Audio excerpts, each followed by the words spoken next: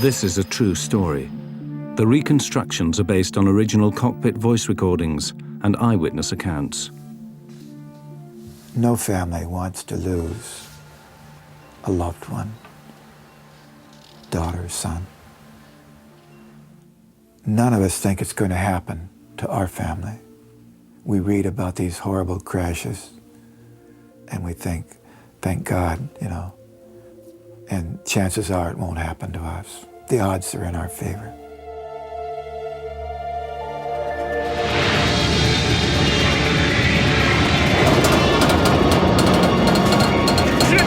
You got it?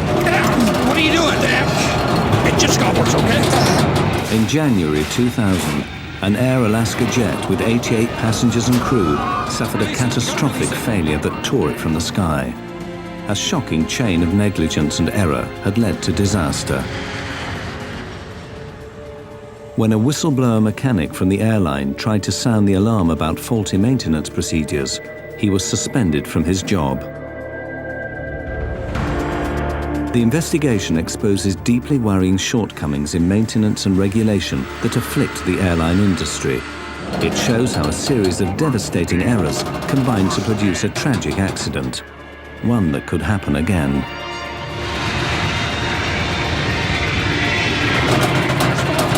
Release it!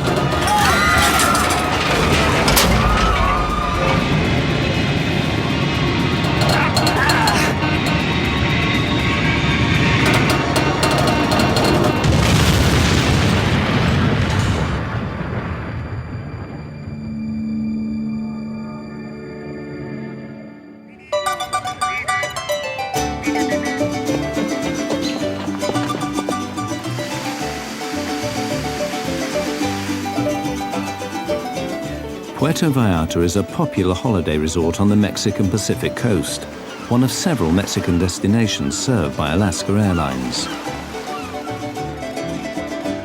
Colleen Worley went there to celebrate a family birthday. The 34-year-old was a keen traveler who spoke Spanish well and had visited Mexico many times.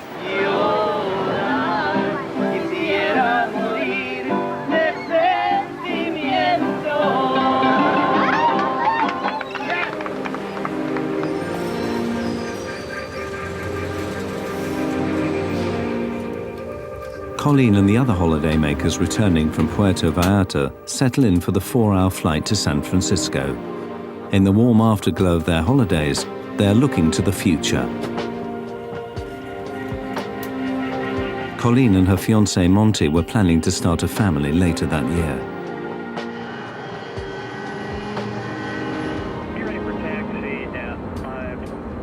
The pilots on Flight 261 are very experienced.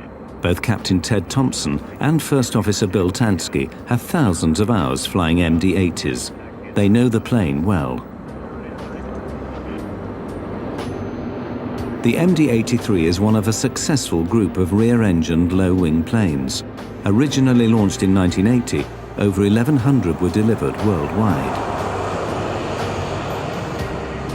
Flaps? Check, confirmed. Spoilers? Check, armed. But on the 31st of January 2000, as they prepared Flight 261, Thompson and Tansky had no idea that deep in the plane's tail lay a critical weakness.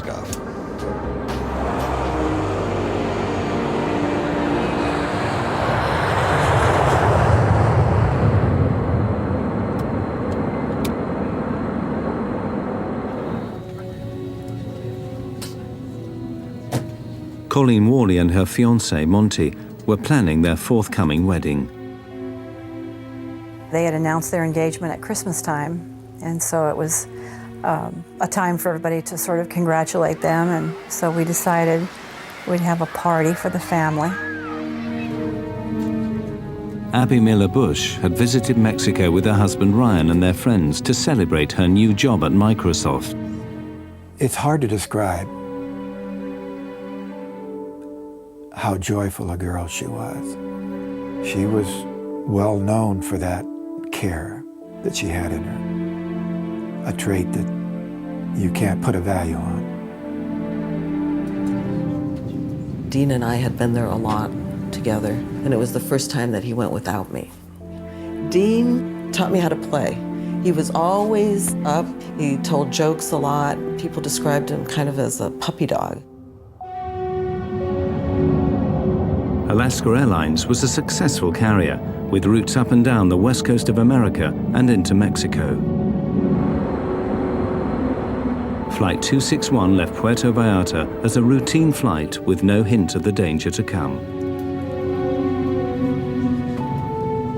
The devastating failure that would bring catastrophe to Flight 261 did not come out of the blue. In fact, it was the culmination of a chain of mistakes that began years earlier.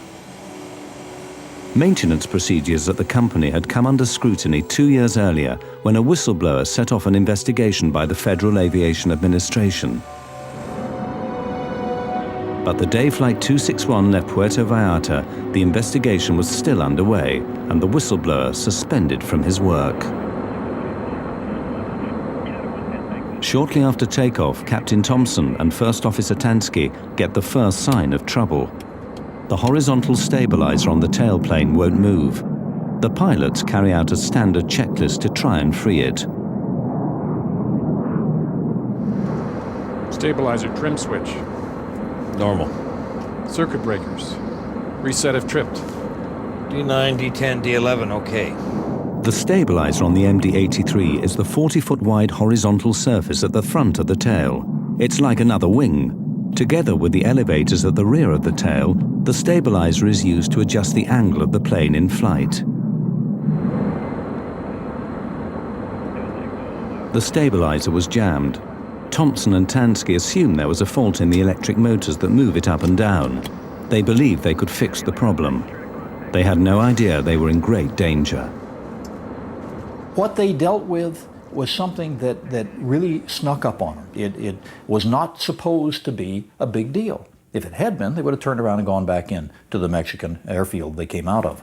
But they were led down this road of accepting this problem as a small problem, so it's perfectly all right to troubleshoot it. The pilots repeatedly try the two switches that operate the stabilizer.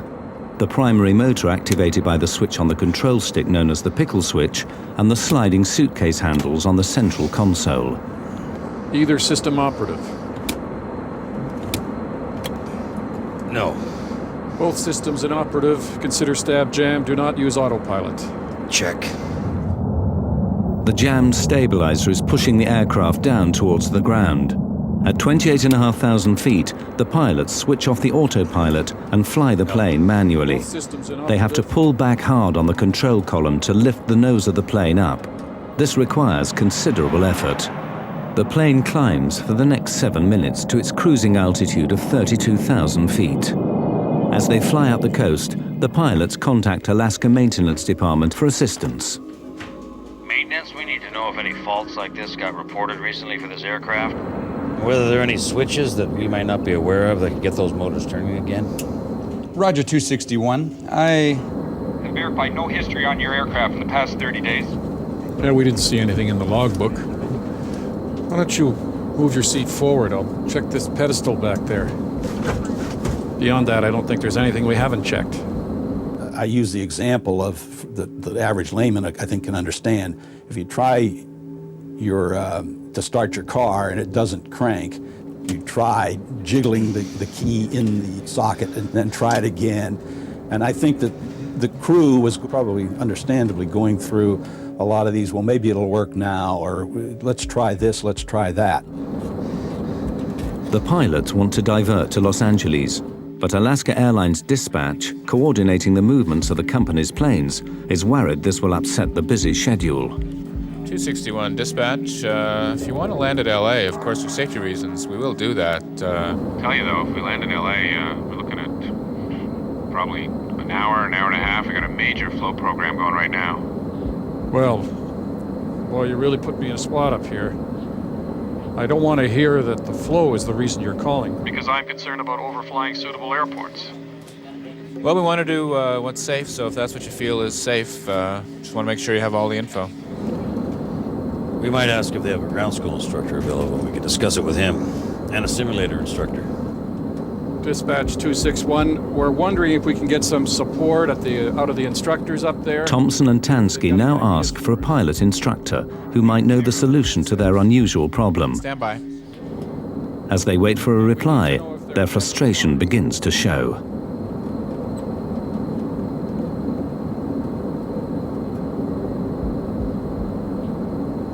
Just drives me nuts, you know? Not that I want to go on about it, but it just blows me away. They think we're going to land, they're going to fix it. Now they're worried about the flow. Well, I'm sorry. Just... So they're putting pressure on you. Well, no. Yeah. The pilots need to think about what will happen when they descend for landing. How will the plane behave? Will they be able to control it? But several minutes after requesting help from the ground, they're getting no advice. As Flight 261 approached Los Angeles off the coast, the problems on board were about to get far worse.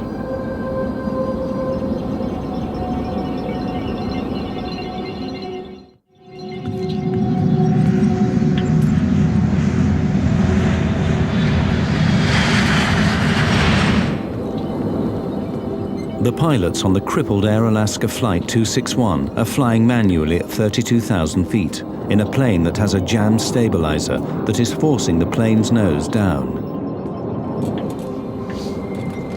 The pilots have another go at freeing up the jam stabilizer. They switch on both the electric motors that control it. This will click it off. Holy!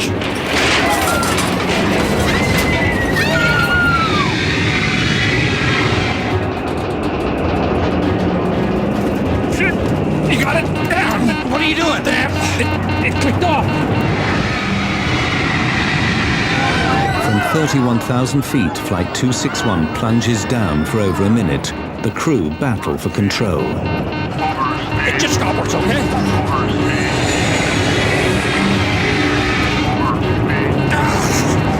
You're stalled! At first, they pull back on the control columns to fight the dive. But then the pilots push the aircraft's nose down into the dive to regain control. It's a risky maneuver, pushing the plane's speed to 350 miles an hour. You gotta release it! You gotta release it! The pilots slowly bring the plane out of its dive and back under control.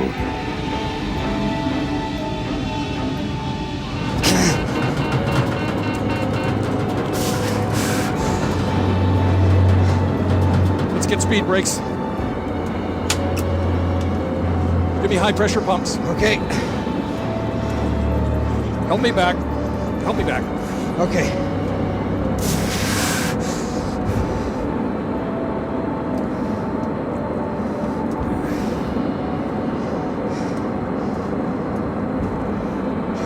Center Alaska 261.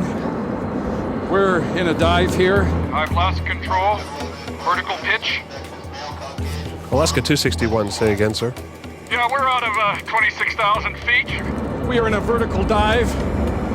Not a dive yet, but we have lost vertical control of our airplane. Just help me. Once we get the speed slow, maybe we'll be okay. Maintaining level flight is difficult. The jam stabilizer keeps pushing the nose of the plane down. We're at 23.7. Request. Yeah, we got it under control here. No, we don't. Okay. Okay. To counteract the downward force of the stabilizer, the pilots use the elevators, movable panels at the back of the tail, linked by cable to the control column. The pilots pull with all their might. The fate of the plane hangs on the strength of their arms. In the cabin, frightened passengers try to recover from the terrifying plunge. They have no idea what might happen next. Holiday memories are replaced by the fear of dying. Dean was one of these people who would talk to whoever was around him. I'm absolutely certain that he was talking to the person that was sitting next to him on the plane. I'm sure that they had a connection. Colleen was very unique from my other kids, and she loved to travel. She was a beautiful girl. But here was a 25-year-old who was like she had her own private rocket ship. She was really going places.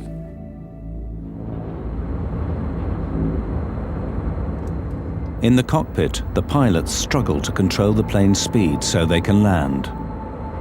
They've got a handful of airplane. They get her stabilized, and they're now in a situation where they make the decision properly to go in on an emergency landing to Los Angeles International. And they have to be able to slow the airplane up, so you've got to experiment a little bit. Let's take the speed brakes off. No, leave them there. It seems to be helping. Damn. Okay, it really wants to pitch down. Okay. Don't mess with that. I agree with you. With the plane under temporary control, the crew make the fateful decision to do more troubleshooting. They need a block of clear space around the aircraft in case they lose control again. They contact air traffic control. Alaska 261, say your conditions. 261, we're at 24,000 feet, kind of stabilized. We're slowing down here, and we're going to do a little troubleshooting. Can you give me a block altitude between 20 and 25? Alaska 261, maintain block altitude flight level 200 through flight level 250. The pilots know they now have clear airspace above and below the plane. They try to figure out their next move. You got the airplane. Let me just try it. Okay. How hard is it? I don't know. My adrenaline's going. It was really rough back there for a while. Yeah, it is. Whatever we did is no good. Let's not do that again. Yeah, it went to full nose down. It's worse than it was before? Yeah, we're in much worse shape now. The crew know this is no mere electrical problem. From what they've experienced, they assume the stabilizer is now jammed. I think it's at the stop, full stop, and I'm thinking, can it get any worse? But it probably can. But let's slow it. Let's get down to 200 knots and see what happens. The crisis is getting worse. Uncertain how the plane will react if they try to slow it down, the pilots must still pull on the elevators to maintain level flight. Captain Thompson once again tries to get help from maintenance. Maintenance, 261, are you on? Yeah, 261, this is maintenance. Okay, we did both the pickle switch and the suitcase handles, and it ran away. It ran away full nose, trimmed down. Oh, it ran away trimmed down? Okay, and now we're in a damn pinch, and we're worse than we were before.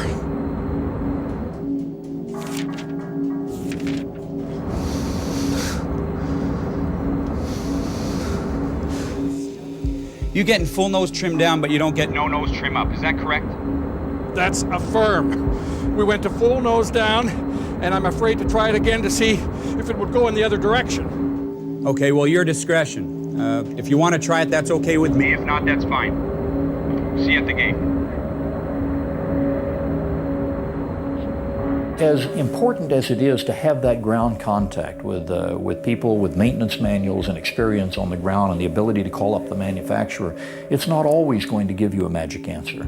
The crew had already gone through every logic tree they possibly could think of. Maintenance clearly do not appreciate the gravity of the situation.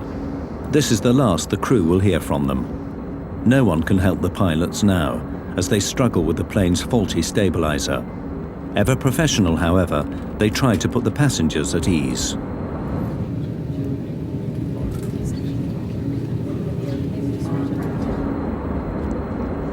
Folks, we have had a flight control problem up front here. We're working it. That's Los Angeles off to the right there, and that's where we're intended to go. We're pretty busy up here working this situation. I don't anticipate any big problems once we get a couple of subsystems on the line. But we will be going into LAX, and I anticipate us parking there in about 20 to 30 minutes. In fact, they will never make it to Los Angeles. A full-blown disaster is about to unfold.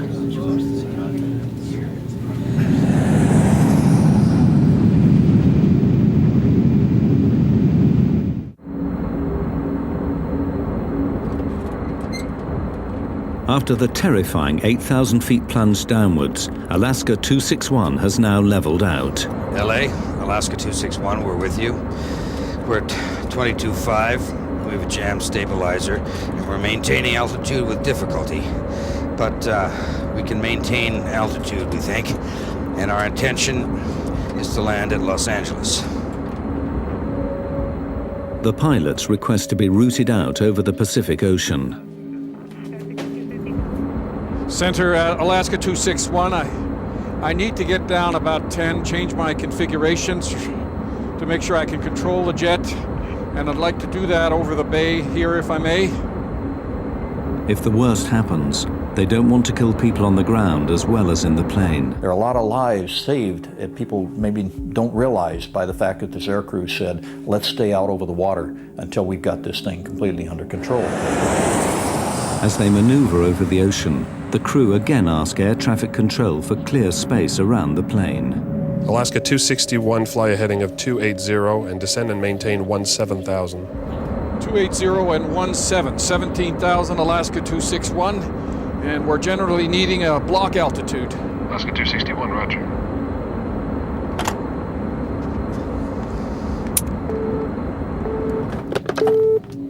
I need everything picked up and everybody strapped down. Because I'm gonna unload the aircraft and see if we can regain control that way.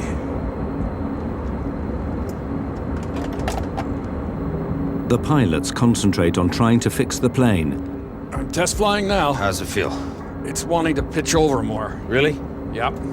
Try flaps, 15, 11? Let's go to 11. Okay, get some power on. I'm at 250 knots. Real hard? No, actually, it's pretty stable right here, see, but we got to get it down to 180. The crew try to slow the aircraft down to landing speed without losing control, but every move they make could have fatal consequences.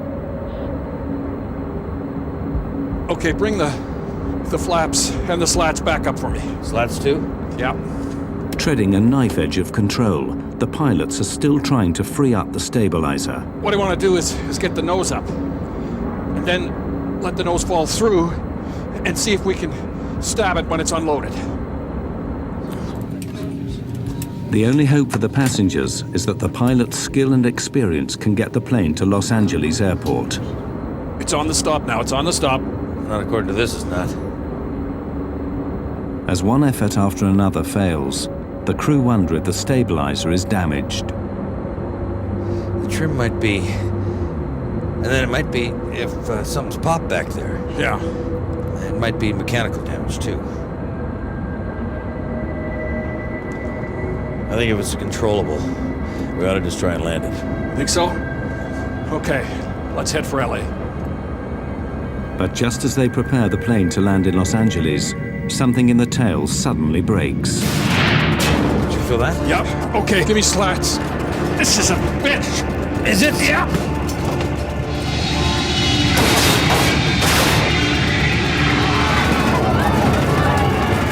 The plane dives straight down from 18,000 feet.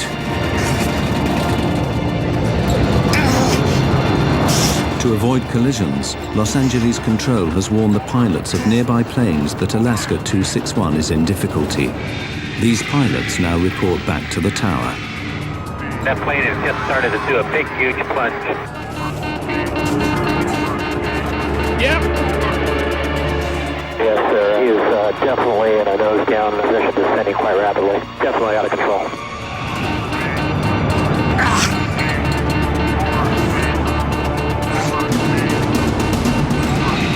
Plane's inverted, sir. Okay. Yeah, he's inverted. The pilots can barely reach the controls. The plane is now upside down, but they believe they might be able to roll it out of the dive. Mayday! Push and roll! Push and roll! Kick, damn it! Push! Push! Push! Push the blue side up! They tried to fly the airplane even upside down. They never for a moment believed that they could not find a way to control this airplane. Push! I'm pushing!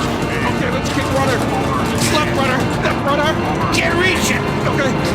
Right rudder. Right rudder. Plane was being knocked from side to side. It turned upside down. It was spinning. Persons were being thrown against the walls of the plane, falling out of their seats, and the cockpit voice recorder screaming unbelievable, horrible last few minutes of their lives. Are we flying? We're flying. We're flying. Tell them what we're doing. Let me just... damn. At least upside down, we're flying. Yeah. And it was so violently upside down that the pilots were hanging from their shoulder straps. Passengers don't have shoulder straps.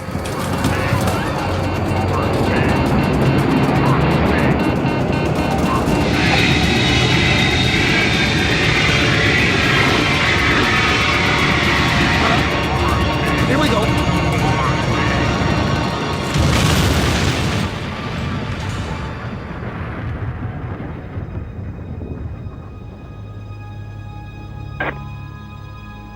And he just hit the water. Yes, sir. He hit the water. He's down.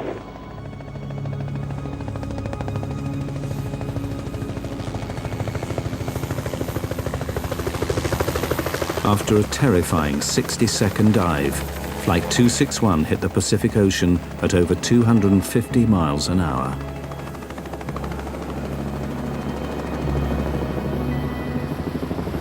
Rescue helicopters were soon at the crash site, but there were no survivors. The plane had broken up on impact. 88 passengers and crew, including 3 young children, died instantly.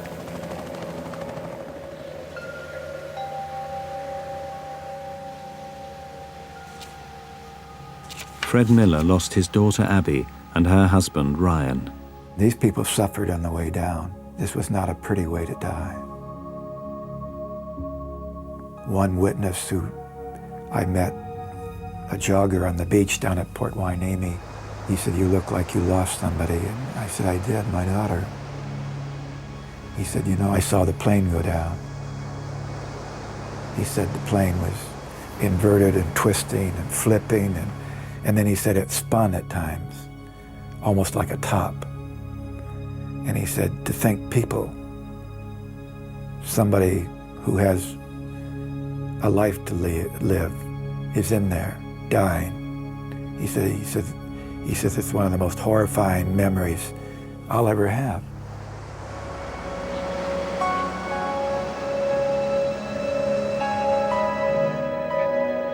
Susan De Silva lost her husband, Dean.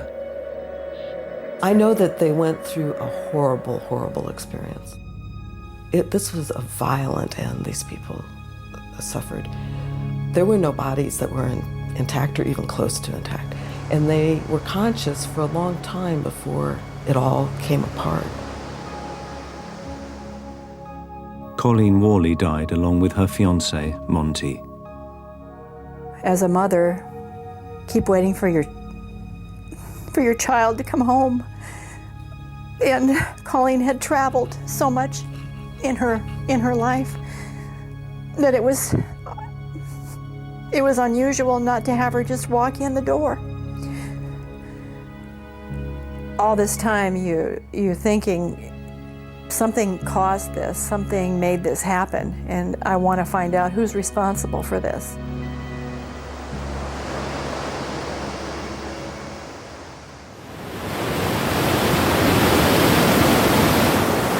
The investigation into Flight 261 immediately got underway, but the wreckage lay 700 feet down, so National Transportation Board officials called on Navy submersibles to retrieve the debris from the seabed. We set up a base of operations, and we had a remote operating vehicle with the side-scanning sonar, which they used to map the debris field and get an idea of how widely spread the wreckage was.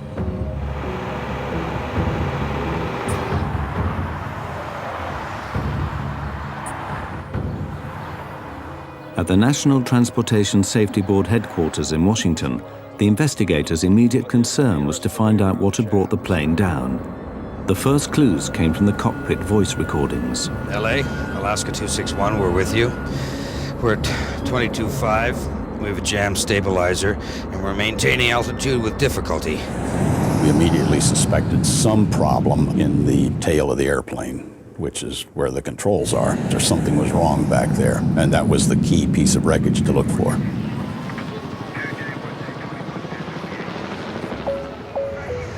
The MD-83 that crashed was a revised version of the Douglas Corporation's popular DC-9, over 2,000 of which were delivered to airlines worldwide. The engines were at the rear, and the distinctive T-shaped tail was an essential element of the design. In a big turbojet aircraft, one of the rather brilliant elements of the design is that since you're going to be loading passengers and cargo, you want to be able to have that aircraft loaded a little nose heavy or a little tail heavy. Well, in order to do that, you actually had to have that entire stabilizer moving. But the ones that are the most difficult to engineer are the T-tailed airplanes, where you have the vertical stabilizer and the horizontal sitting on top. And we call that stabilizer trim. And that is an essential element of what makes these aircraft so usable. In the MD-83, a motorized jack screw in the tail moves the horizontal stabilizer up and down. As the stabilizer moves up, the nose of the plane moves down. As the stabilizer moves down, the nose moves up. But what role had the 2-foot jack screw played in the loss of Flight 261? The investigators were anxious to inspect it as soon as it was recovered from the seabed. The jack screw wasn't mated with the nut that it screws into. It was just by itself, and the nut was found in another piece of structure a few feet away from where the jack screw was. To have a screw separate itself from a nut with very thick threads surprised us. Secondly, we noticed that there was a curled piece of brass around the jack screw, and all of the threads that you can see here, these ridges, were gone. They had been stripped out, and the remnants of those were found coiled on the jack screw. Once the thread had been stripped off the nut, the jack screw could no longer turn. The pilots could not have known the real nature of the problem.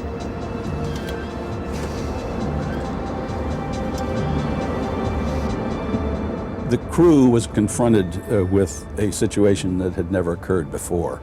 There is no failed jack screw procedure in the quick reference handbooks that they have available. There is no training for it.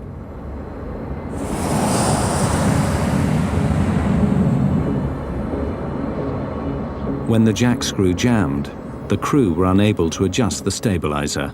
We felt that it was due to the fact that these nut threads had worn away, and it was just too hard for that jack screw under the power of the electric motor to turn. That gave the flight crew an indication that there was a problem. The crew knew they had a problem in the tailplane, but they had no idea what. 2 motors controlled the jack screw. They tried each in turn, but the pilot's attempts to free the jam stabilizer inadvertently made their situation worse. We're at 23.7. Request. Yeah, we got it under control here. No, we don't. Where they went wrong was that they wanted to try both the alternate and the primary trim motors at the same time. When the pilots switched both the electric motors on, the jack screw moved, but the threads had given way, and the jack screw was now held only by a single retaining nut. From here on, the plane was doomed. That end nut was never designed to hold the loads generated aerodynamically by the airplane. Let's get speed brakes. Give me high pressure pumps. Okay. Now we know, in the glaring light of hindsight, now when we turn the situation around in time and look back, we can see that this aircrew and no aircrew should have ever been fooling with the trim and trying to run it back and forth. The retaining nut grew weaker and weaker. Then, finally, through the loads beating down on that nut, the nut finally failed. Feel that? Yep. Okay, give me slats. The jack screw slid completely out of the Acme nut, allowing the horizontal stabilizer to move well beyond its aerodynamic limits. This is a bitch! Is it? Yeah! The stabilizer forced the plane down, And now, completely out of control, it rolled over into its final dive. Okay, let's keep running.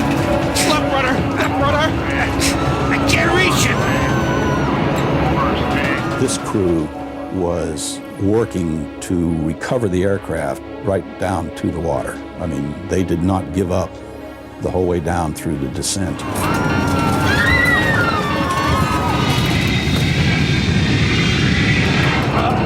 Here we go.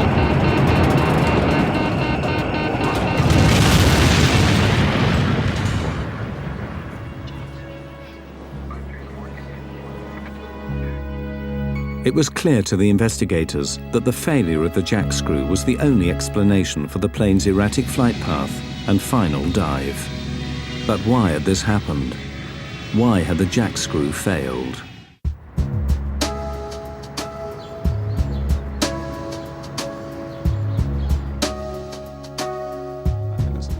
The investigators began looking deeper and deeper into the condition of the faulty jack screw on Flight 261. What had caused it to fail? There was no lubrication or visible grease on the working area of the screw. That was surprising and strange.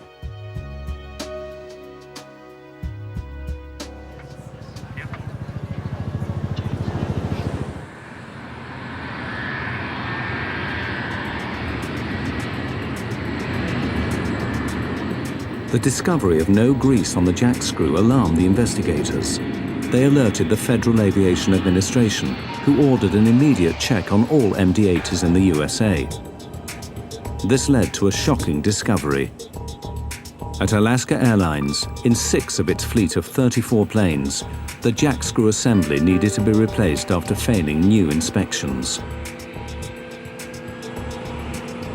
No grease is the culprit. No grease or inadequate grease is the only thing that can give you that wear rate. A simple lack of grease led to the failure of the jack screw and the loss of 88 lives. But why did this happen at Alaska Airlines? The investigators' attention now switched to the company's maintenance program. What emerged was deeply worrying. We interviewed all the mechanics who had worked on these airplanes. We knew that they had been falsifying records or not doing the work they had indicated. The mechanics at Alaska complained that they were pressured to keep the planes in the air, or that their recommendations were overruled by supervisors. Some alleged that records were altered to show work done that was not done.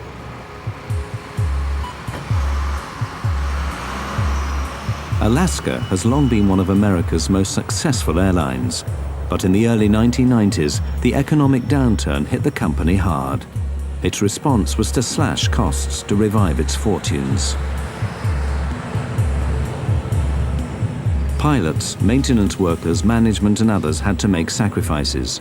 Jobs were lost, pay was cut, and every hour aircraft spent on the ground was seen as waste.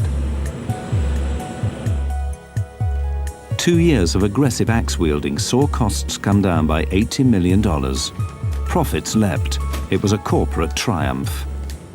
In Alaska's case, in the early 90s, this airline had to do an incredible job of reforming itself from a fairly high-cost carrier to a lower-cost carrier that could compete head-on with Southwest Airlines and with others. And they did it. They did it brilliantly. Nobody really believed that it could happen. Alaska Airlines began flying the planes more intensively. It doubled the average daily use of its fleet. But keeping the planes in the air earning money put maintenance schedules under pressure.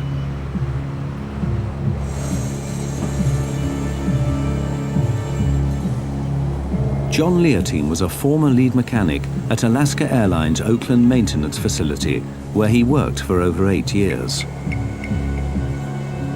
Leotine felt that the new pressures on maintenance put passengers' lives at risk. He was to pay dearly for expressing those concerns. We have used an actor to portray his experiences based on his sworn evidence to the NTSB. Leotine claimed that planes were pushed back into service too quickly. Sometimes, rather than wait for a replacement part or repair, supervisors pass planes fit for service, free to carry passengers up into the air.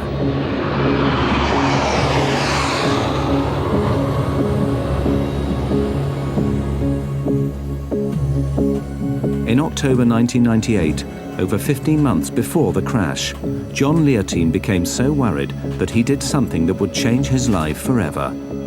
He reported Alaska Airlines to the U.S. Department of Transportation, alleging violations in maintenance procedures.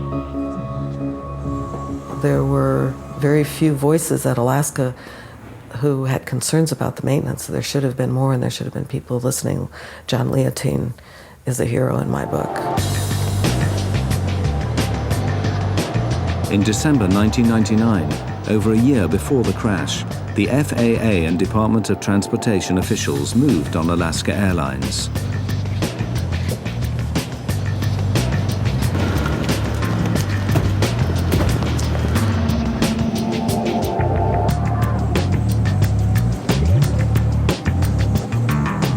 The case was referred to federal prosecutors, and the FBI raided Alaska's maintenance facilities and seized thousands of records.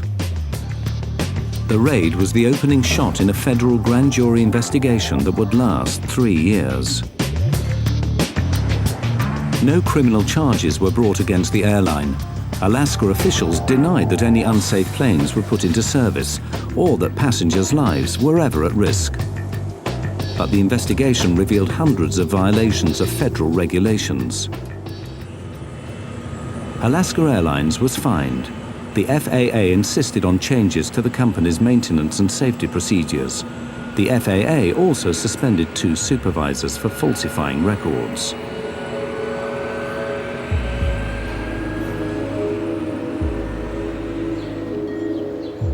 Like other whistleblowers, John Leontine would pay heavily for his efforts to save lives.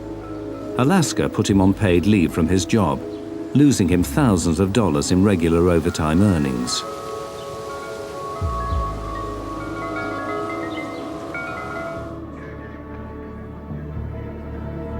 Then in January 2000, John Leontine saw his worst nightmare come true. The kind of accident he had tried to prevent now took place just off the California coast.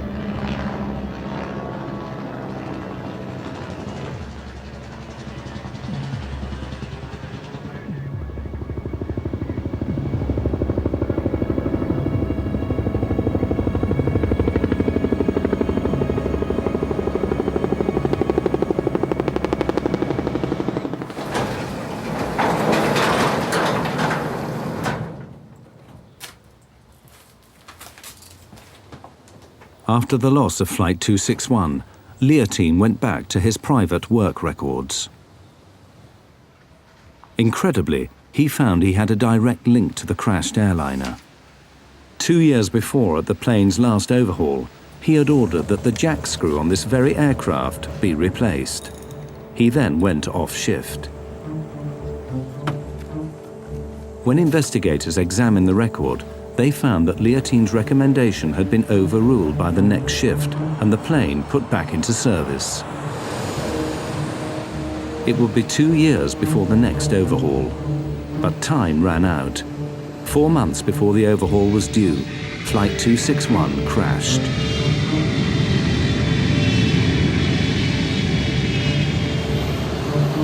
Alaska Airlines labeled Leontine a disruptive influence. He sued the company for libel.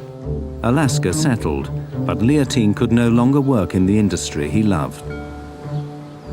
I get calls almost every week of somebody saying, should I blow the whistle? And I always tell them, you need to know, you need to be prepared to find another line of work, because you will not work in the industry and you will not work in the government. In most cases, it's almost impossible to be a whistleblower and survive your career.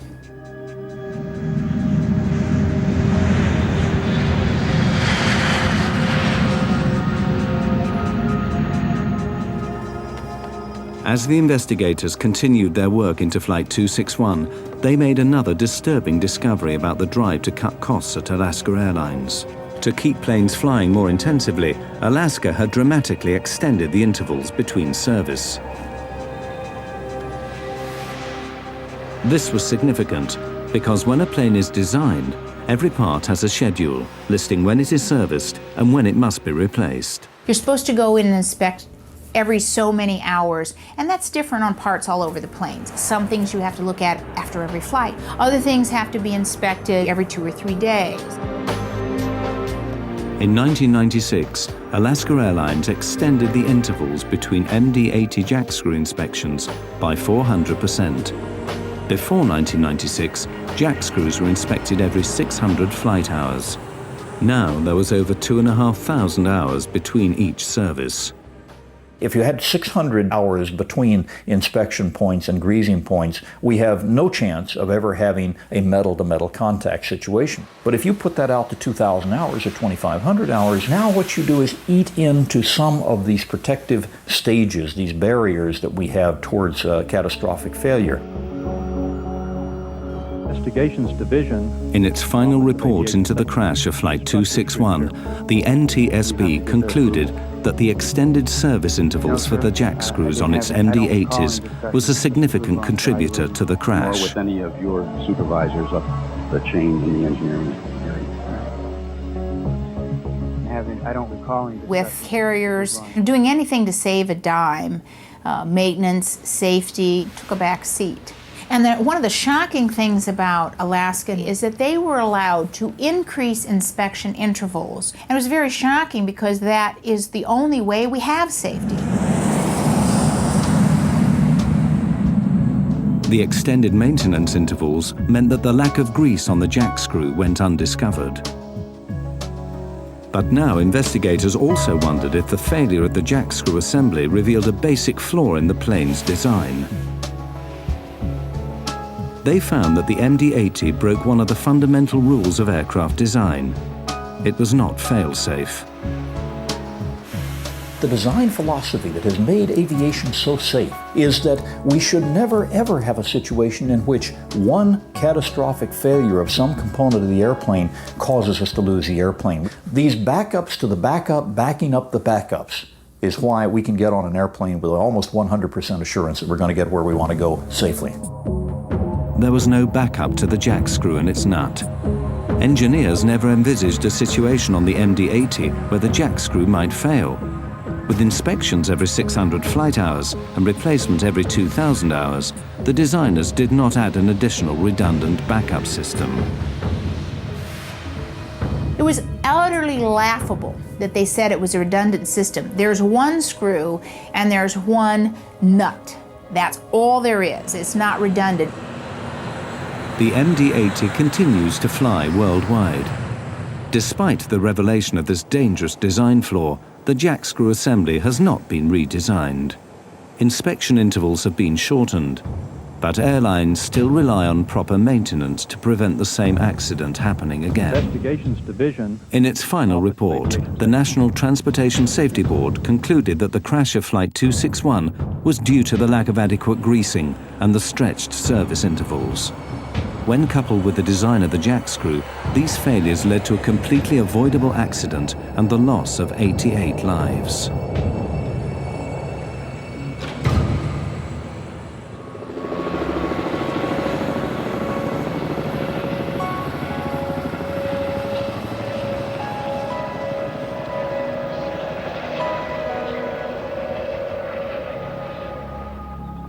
Three years after the crash of Flight 261, the relatives and friends of the dead dedicated a permanent memorial at Port Hueneme, close to the crash site. Janice Stokes.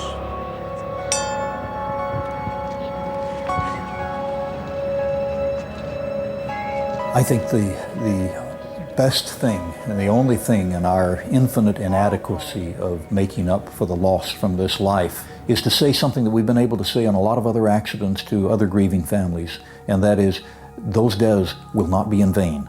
We will not let them be in vain. Every one of those lives will be made to count in terms of making sure that 3, 4, 5, or 10 other people do not die. Miss Carol Carlson. Colleen was different. She was adventurous, and there's nobody like that in our family. And I don't know, what we can do except to remember Colleen and to live our lives now a little bit better for her. You know, when I was growing up, we didn't wear seatbelts. There weren't even seatbelts in cars. And now we know that we need to wear our seatbelts. We didn't know that much about smoking cigarettes, and now we know that we can't smoke cigarettes. Well, there's a lot to learn about airline safety, too. Ryan Bushy. None of us are the same anymore.